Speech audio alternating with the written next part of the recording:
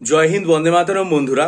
অবশেষে আজকে WBSSC group ডির যে পরীক্ষা সেটা সমাপ্ত হয়েছে এবং পরীক্ষার্থীরা নিশ্চয়ই পরীক্ষা দিয়ে তারা ভালোভাবে বাড়ি এসে পৌঁছাচ্ছে। এবং এই মুহূর্তে আজকে আমি আমার চ্যানেলে আমার পরীক্ষার্থী ভাই বোনেরা যে প্রশ্নপত্র পাঠিয়েছেন তার ভিত্তিতে গ্রুপ ডি পরীক্ষার প্রশ্নপত্রটা নিয়ে আলোচনা করছি। দেখুন, প্রথমেই জেনারেল স্টাডিজের ক্ষেত্রে বা জেনারেল নলেজের ক্ষেত্রে যেটা বলার সেটা হচ্ছে পুরো প্রশ্নপত্রের মধ্যে কম্পিউটার টেকনোলজি এই বিষয়ক যে প্রশ্ন, তার মধ্যে যেমন সিপিইউর ফুল ফর্ম রয়েছে, ওয়েবসাইটে একটা পেজ থেকে আরেকটা পেজে মুভমেন্টের বিষয়টা রয়েছে, কোনো একটা কম্পিউটার স্টার্ট করা, ডক ফাইল, এই জায়গা থেকে প্রশ্ন দিয়েছে। পাশাপাশি পলিটির ওপরেও প্রশ্ন দিয়েছে, voting age, first president, election commissioner বা পঞ্চায়েতের অ্যামেন্ডমেন্টের এই বিষয়গুলোর ওপরে। অন্যদিকে হিস্ট্রি থেকে যেমন প্রশ্ন আছে কুইট ইন্ডিয়া মুভমেন্ট বা হিউয়েন সাংয়ের ওপরে, হিস্ট্রি বা ন্যাশনাল মুভমেন্ট আমি একসাথেই বললাম। আবার জিওগ্রাফি থেকে আমাদের সুন্দরবন ফরেস্ট এই বিষয়ের ওপর প্রশ্ন এসছে।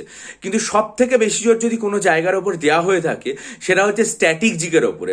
স্ট্যাটিক জিকে দেখুন, একজন খেলোয়াড়, ঠিক আছে, তার নাম যে নিকনেম সেই বিষয়টা দেওয়া হয়েছে, পেন নেম যেটা সেটা দেওয়া হয়েছে, চেস চ্যাম্পিয়নের ওপর প্রশ্ন জিজ্ঞাসা করা হয়েছে, টুসু ফেস্টিভ্যাল রয়েছে, অলিম্পিক গোল্ড মেডেল থেকে প্রশ্ন এসছে, ফার্স্ট ম্যাপ এইটার বিষয়ে প্রশ্ন এসছে, world heritage, Arjun award, Baluchari sari পশ্চিমবঙ্গের, এই বিষয়গুলোর উপর প্রশ্ন এসছে। অর্থাৎ আমরা যদি এই যে জেনারেল নলেজের অংশটা দেখি তাহলে দেখবো যে স্ট্যাটিক জিকের ওপরে প্রশ্নপত্রের পরিমাণ অনেক অনেক বেশি এবং তারপরে কম্পিউটারের প্রশ্নপত্রের ওপর জোর দেওয়া হয়েছে। এবারে আমরা যেটাতে আসবো সেটা হচ্ছে অঙ্কের ওপরে। অঙ্কের প্রশ্নপত্রে আপনারা দেখুন, ডিভিজিবিলিটি টেস্টের ওপর প্রশ্ন আছে, সিম্পল ইন্টারেস্ট রয়েছে, ম্যাথামেটিক্যাল ক্যালকুলেশন থেকে প্রশ্ন জিজ্ঞাসা করা হয়েছে, পার্সেন্টেজের ওপর প্রশ্ন আছে, সিম্পল ইন্টারেস্টের ওপর প্রশ্ন আছে, রেশিও প্রপোর্শন আছে, অ্যাভারেজ আছে, ফ্র্যাকশন আছে, এলসিএম এবং এইচসিএফ থেকে প্রশ্ন আছে। এবার এর মধ্যে যদি বলা হয় যে অঙ্কের কোন জায়গাটা থেকে একটু কঠিন বা একটু লেন্দি অঙ্ক দেওয়া হয়েছে, তাহলে আমি দুটো অঙ্কের কথা বলবো। একটা হচ্ছে যে দেখবেন একটা অঙ্কে যে বিজোড় সংখ্যা এবং 10 থেকে 20-র মধ্যে বিজোড় সংখ্যা, আর একটা হচ্ছে 5টা সংখ্যা তাদের অ্যাভারেজ দিয়ে XY দিয়ে একটা প্রবলেম আছে, যেখান থেকে বলা হচ্ছে y-2x এর ভ্যালু বের করতে, এই অঙ্কটা। আর একটা অঙ্ক আমি যেটা বলবো সেটা হচ্ছে একটা ভগ্নাংশ দিয়ে তার নিউমেরেটর এবং ডিনোমিনেটর কোনোটা ইনক্রিজ করা হচ্ছে, কোনোটা ডিক্রিজ করা হচ্ছে এবং তারপর একটা ফ্র্যাকশনে আমরা পৌঁছাচ্ছি, সেই জায়গাটা থেকে অঙ্ক দেওয়া হয়েছে।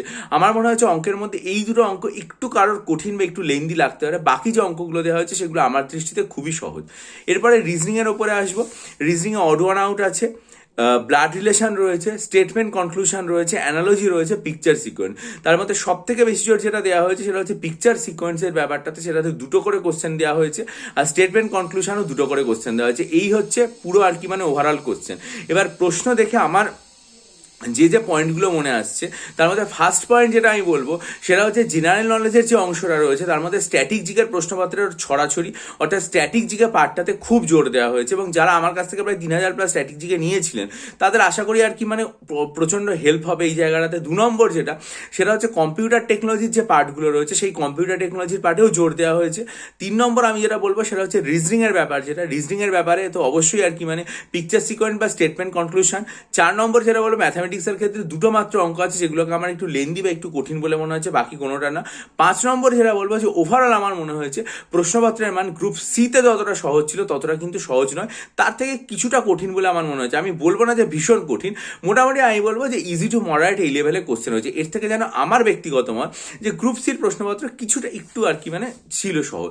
যাই হোক, এখানে পরীক্ষার্থীর সংখ্যা অনেক বেশি, প্রতিযোগিতা অনেক বেশি, একই রকমভাবে সিট সংখ্যাও অনেক বেশি।